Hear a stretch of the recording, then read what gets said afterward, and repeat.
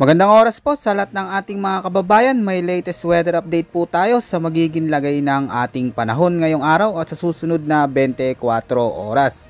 Ano nga ba ang inaasahan nating magiging panahon ngayong araw mga kababayan, at may namamataan na nga ba tayong sama ng panahon o bagyo na posibleng pumasok sa loob ng ating Philippine Area of Responsibility sa mga susunod na araw? Alamin po natin lahat yan ng sabay-sabay mga kababayan dito po sa ulat panahon ko ngayong araw na ito.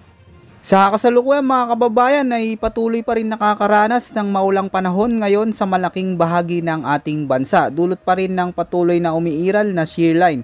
Lalo na dito mga kababayan sa silangang bahagi ng Northern Luzon. At dahil sa mga pagulan na dala nito ay apektado ngayon mga kababayan ang mga lugar dito sa Isabela, Mainland Cagayan, dito rin sa may Aurora, Quezon at kasama na rin mga kababayan ang Apayao. Kaya ang mga lugar na ito ay makakaranas ng maulap na kalangitan hanggang sa madilim na kaulapan na sinasamahan ng mga kalat-kalat na pagulan, pagkulog at pagkidlat pagsapit ng hapon at gabi.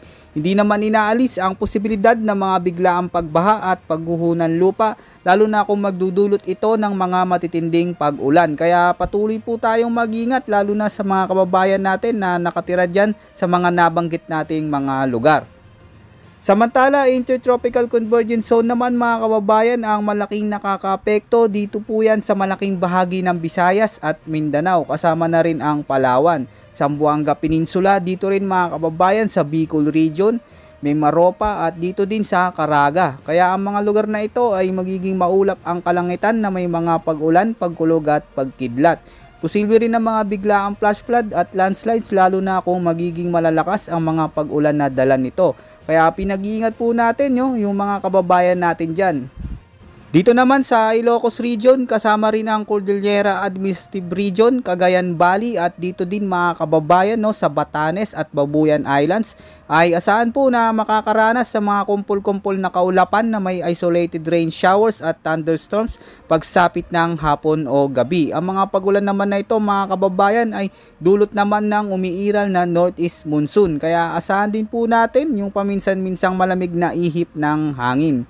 At sa Metro Manila naman at natitirang bahagi pa ng Luzon ay asahan po natin na makakaranas ng maulap hanggang sa madilim na kaulapan na may mga pag-ulan, pagulog at pagkidlat. Kaya wag po natin kalimutan mga kababayan magdala po tayo palagi ng payong panangga po sa mga biglaang pag-ulan. Ang mga pag-ulan naman na ito mga kababayan ko ay dahil naman sa localized thunderstorms. Samantala mga kababayan marami po sa atin ang nagtataka at napapatanong kung may sama ba ng panahon o bagyong parating bunsod nga nitong nararanasan natin na sunod-sunod na maulang panahon. Sa kasalukuyan mga kababayan wala pa po tayong namamataan ngayon na bagyo o sama ng panahon na posibleng pumasok sa loob ng ating Philippine Area of Responsibility. Kaya naman sa mga kababayan natin magandang balita po ito sa ating lahat at sa pag-celebrate po natin ng paparating na panibagong taon. Pero maging handa pa rin po tayo mga kababayan ko, may bagyo man o wala ay maigi po lagi tayong handa lalo na ngayon nakakaranas po tayo ng mahihina hanggang sa mga malalakas na mga pag-ulan. Bukas naman asahan pa rin mga kababayan na makakaranas pa rin tayo ng maulang panahon sa ilang bahagi ng ating bansa, lalo na dito sa may Cagayan. Dito din sa may Palawan at Apayao na may mga pag-ulan na umaabot sa 100 to 200 millimeters. At muli po maging handa po tayo palagi mga kababayan ko at patuloy po na mag-antabay sa mga susunod pa nating update. Yan po muna ang pinaka-latest weather update natin at ulat panahon ngayong araw mga kababayan ko. Ito po ang inyong weather forecast ng bansa. Maraming salamat po at ingat po sa ating lahat.